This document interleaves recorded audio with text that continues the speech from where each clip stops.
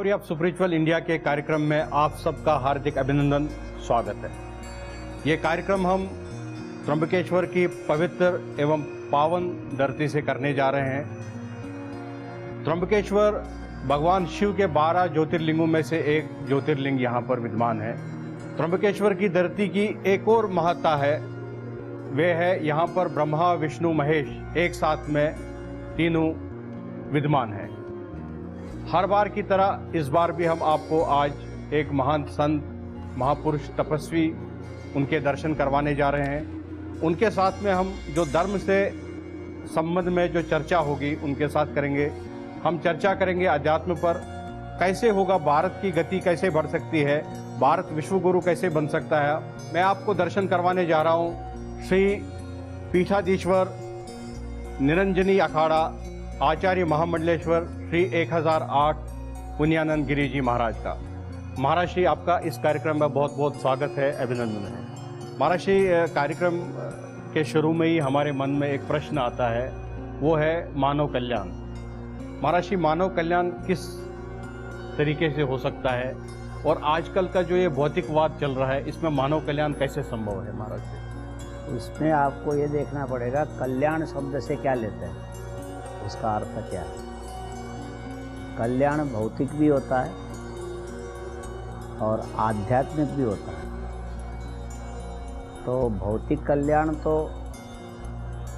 आपके विज्ञान जो सुविधाएं उपलब्ध कर रहा है उससे हो रहा है।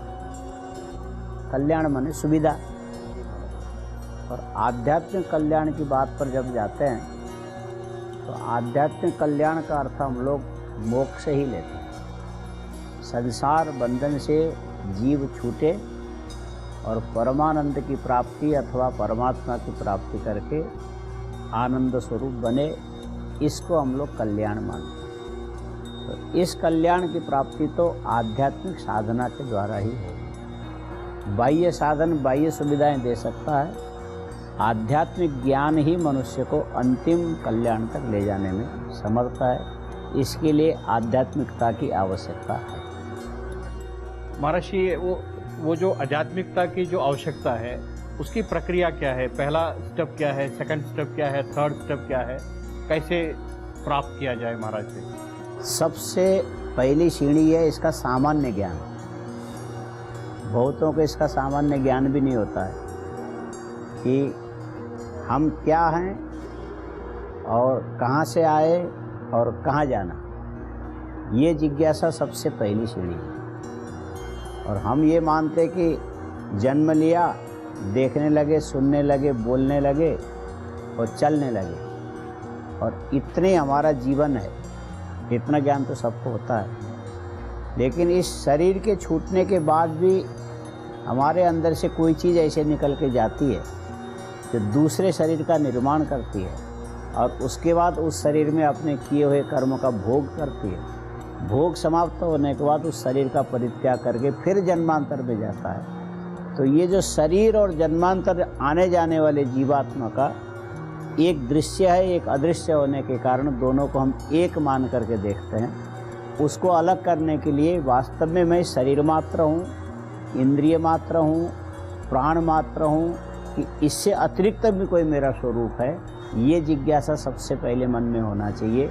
उसकी पहली सीढ़ी तो ये जी। उसके बाद फिर महाराज जी, इसके बाद दूसरी सीढ़ी ये है, ये जिज्ञासा मन में आने के बाद, ये जिज्ञासा की शांति शायद विज्ञान नहीं दे सकता। ये विषय विज्ञान का नहीं, ये विषय शास्त्र का है। तो शास्त्र को यदि स्वयं पढ़ने जाएंगे कुछ ज्ञान हो भी सकता है, लेकिन संप्रदाय परंपरा से सही तरीके से शास्त्र को समझने के लिए हमारी शास्त्रीय परंपरा गुरु की शरणागति है। गुरु के शरण में गए बिना शास्त्र का यथार्थ अर्थ का बोध नहीं होगा। शास्त्र के यथार्थ अर्थ का बोध हुए बिना मैं कौन हूँ, कहाँ से आया, कहाँ जाना, इसका समाधान मिल नहीं सकता है। इसीलिए दूसरी सीढ़ी है कि मन में जिज्ञासा उत्पन्न होने के बाद गुरु की प्राप्ति और गुरु की शरणागति।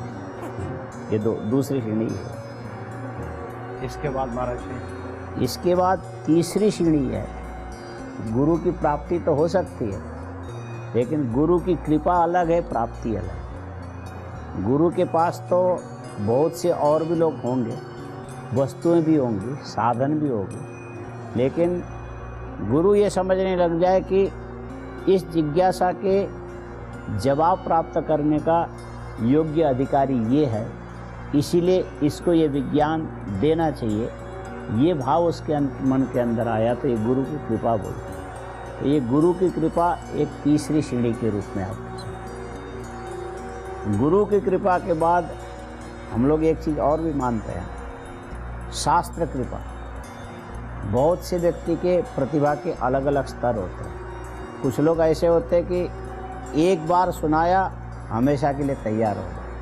भगवान आचार्य शंकर ने 5 साल की उम्र में पूरे 4 वेदों का अध्ययन किया। ये उनके विलक्षण अलौकिक प्रतिभा का प्रभाव था। और इस प्रकार की प्रतिभा सबके अंदर होती भी है, नहीं भी होती है। और शास्त्र ने यदि कृपा किया, जन्मांतर में उसने शास्त्र की आराधना की होगी, तो इस जन्म में शास्त्र के अर्थ का उद्बोध उसके मन में फटाफट हो जाता है। और यदि पूर्व जन्म में शास्त्र का अभ्यास नहीं किया होगा, तो शास्त्र के अंदर आने वाले अर्थों के प्रति उसके मन में रुचि भी कम होगी और उसकी प्रतिभा भी काम नहीं करेगी। इसीलिए गुरु कृपा के बाद हमारे यहाँ शास्त्र कृपा भी एक साधन के रूप में माना है। और शास्त्र कृपा एक जन्म के साधन का फल नहीं, ये तो कई जन्मों से जो चल रहा है उसका ये फल है। नहीं तो संसार में कितने लोग होते हैं, सभी एक ढंग के ज्ञान विज्ञान वाले नहीं होते हैं। एक पिता के 4 पुत्र हैं, एक निकलता है संगीतज्ञ, दूसरा निकलता है वैज्ञानिक, तीसरा निकलता है वकील और चौथा निकलता है शास्त्रज्ञ। इसका मतलब है कि चारों के चारों ने पूर्व जन्म में इसी प्रकार के संस्कार अपने अंदर आधान किए, उसी का विकास इस जन्म में यहाँ से चल रहा है। यदि शास्त्र की आराधना पहले जन्म में व्यक्ति ने किया होगा, यहाँ पर भी शास्त्र की कृपा होगी। इसीलिए गुरु जैसा समझाएगा उसको ग्रहण करने की क्षमता शास्त्र कृपा से उसको मिलेगी। इसके अलावा एक सीढ़ी और ऊपर चलोगे जी महाराज, ये सारी चीज़ें होने के बाद भी एक बहुत बड़ा साधन है ईश्वर कृपा। ईश्वर कृपा को तो हम लोग बहुत बड़े परिप्रेक्ष्य में देख सकते हैं। जैसे आप कहते कि भौतिक विकास से भौतिक सुविधाएं उत्पन्न होती है, और ये भौतिक सुविधाएं विज्ञान का चमत्कार है, सबके मन में ये बात बैठी हुई है। और लेकिन विज्ञान ने इतना चमत्कार किया, ये सर्वमान्य है, हम मानते हैं। इसके बाद भी विज्ञान की दृष्टि एक जगह नहीं पड़ी। विज्ञान सिद्ध वस्तु में परिष्कार करके सुविधा के योग्य बनाता है, लेकिन ये जो सिद्ध वस्तु आया कहाँ से, कौन सी शक्ति के द्वारा प्रेरित होकर के चल रही है, उसकी ओर विज्ञान अनुसंधान नहीं करता। ये हमारी दृष्टि में भी थोड़ी कमी है, उस पर भी हमारी दृष्टि पड़नी आवश्यक है। कौन सी ऐसी शक्ति है जो पंचांग में 1 साल पहले लिख दिया जाता है कि इस जगह में सूर्योदय इतने बजे होगा, इस जगह में इतने बजे होगा, इस जगह में, तो पूरे साल उसी हिसाब से सूर्योदय होता है, उसी हिसाब से सूर्यास्त होता है। और इतने दिन के बाद ये ऋतु आएगा, इसके बाद ये आएगा, इसके बाद ये आएगा, और इस ऋतु के अंदर इस वातावरण में इस चीज़ की प्रधानता रहेगी, इसमें इस चीज़ की प्रधानता रहेगी। ये नियंत्रण विज्ञान नहीं कर सकता, ये नियंत्रण परमात्मा करता है। परमात्मा के अदृष्ट प्रेरणा के द्वारा ही ऋतु, नक्षत्र, ग्रह और उसका प्रभाव, उसकी स्थिति, गति, ये सब संचालित होती है। और उस ईश्वर की कृपा के बिना ईश्वर अथवा परमात्मा के संबंध में किसी के मन में सहसा जिज्ञासा उत्पन्न नहीं हो सकती। इसीलिए सबसे बड़ी कृपा हम लोग, अध्यात्म हो चाहे भौतिक हो चाहे आर्थिक हो, हर जगह ईश्वर की कृपा को साधन हम मानते हैं। महाराज जी, बहुत ही सुंदर आपने सरल शब्दों में कहा। यहाँ पर एक प्रश्न आता है महाराज जी, आपने सेकंड जो सीढ़ी कही वो कही गुरु के बगैर में हमारा गति नहीं है और हम आगे नहीं बढ़ पाते। महाराज जी, गुरु का चयन कैसे किया जाए? और आज के युग में बहुत सारे गुरु हैं, एक शिष्य कैसे पहचाने कि उनके लिए गुरु कौन सा योग्य है? क्या शिष्य में भी क्वालिटीज देखनी चाहिए? किस तरीके से गुरु का चयन करना चाहिए? कि ये पुराना कुछ संबंध होता है महाराज जी कि इस जन्म में ही चयन करना होता है महाराज जी? इसमें देखो, गुरु के चयन की पद्धति शास्त्र ने निश्चित करके रखा। तो तद विज्ञानार्थम स गुरुमेवाभिगच्छेत समित पाणी श्रोत्रियम ब्रह्मनिष्ठ।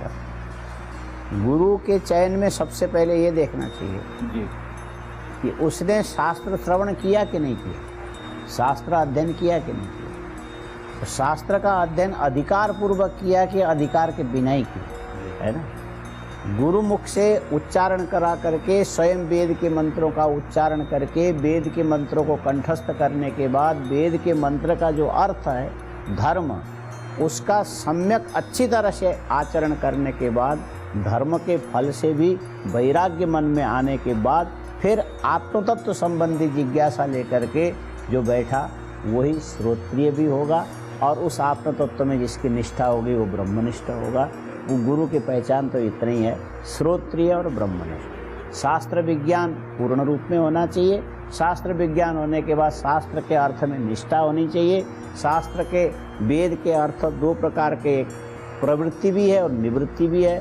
निवृत्ति जो अर्थ है वो मोक्ष की ओर ले जाता है, प्रवृत्ति जो अर्थ है अभ्युन्नति की ओर ले जाता है। दोनों में शास्त्र ने बताया तो इस काम से ये फल की प्राप्ति होगी, इसमें पूर्ण निष्ठा जिसकी हो और शास्त्र को जिसने श्रवण किया, श्रवण कराने की क्षमता जिसके अंदर है, गुरु की पहली योग्यता हम लोग इसी को मानते हैं। महर्षि, आज के युग में एक फैशन बना है, लोग गुरु मंत्र लेते हैं, गुरु धारण करते हैं, फिर उनको लगता है कि हमारे को यहाँ से काम नहीं निकल रहा है या उनके काम नहीं हो रहे हैं तो गुरु को चेंज करते हैं, गुरु मंत्र भी चेंज करते हैं। ऐसे बहुत सारे व्यक्तियों से हमारी बातचीत होती है कि वो किसी के 4 गुरु हैं, किसी के 5 गुरु हैं, एक एक को छोड़कर।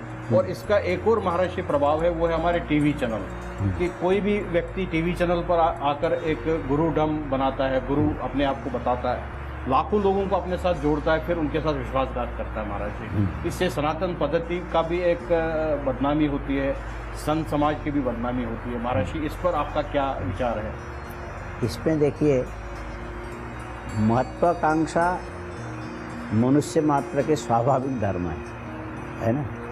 और आप गुरु बन रहे हैं कि किसी ने आपको गुरु माना, ये दोनों में फर्क है। यदि हम ये मानने लग जाए कि मुझे गुरु बनना है, सबसे पूजा करवानी है और सब में मैं ऊंचा हो जाऊं, तो ये गुरु के लक्षण के अंदर वो चीज़ नहीं है, ये फिर और उसमें चला जाता है। इसको क्या कहना चाहिए, मैं वो शब्द प्रयोग नहीं करूँगा, ठीक है ना। अच्छा, गुरु जो होगा वो तो अपनी साधना में तल्लीन रहेगा, वो किसी को ये भी नहीं बोलेगा कि तुम मेरे शिष्य बन जाओ। शिष्य स्वयं आकर के यदि जिज्ञासा करता तो परीक्षा लेगा कि जवाब देने लायक है कि नहीं, और उसमें कि लोक संग्रह की प्रक्रिया की मेरे इतने शिष्य हैं, मेरे इतने मानने वाले हैं, मेरे इतने समर्थक हैं, इसलिए मैं संसार में नाम वाला हूँ, ये इस प्रकार की जो आकांक्षा है ये आध्यात्मिकता की ओर नहीं ले जाता। ये लौकिक प्रक्रिया को आध्यात्मिक रंग दे करके संसार की चीज़ों का उपभोग तुम करो, ये अलग चीज़ है।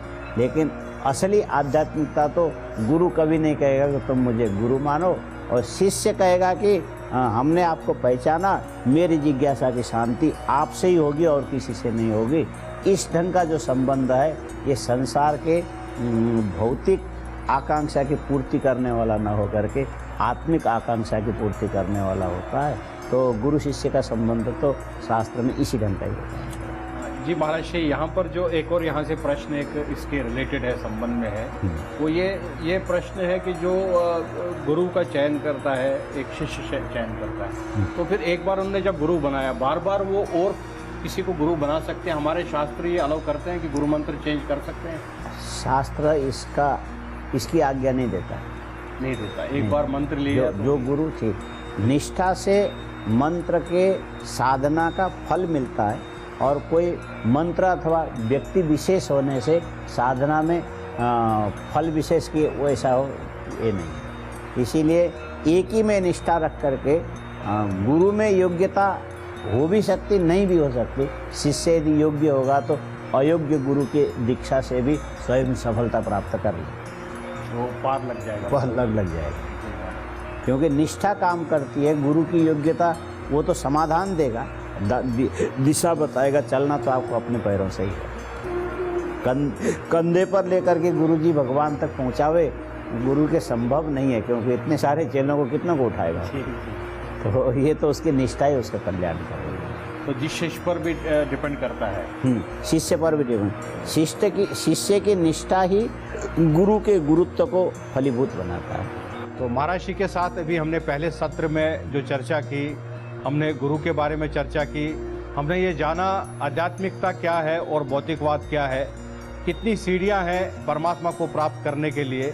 महाराज जी ने इस पर रोशनी डाली। हमें यहाँ एक छोटे से ब्रेक के लिए रुकना पड़ रहा है। ब्रेक के बाद में हम महाराज जी के साथ में ये कार्यक्रम जारी रखेंगे।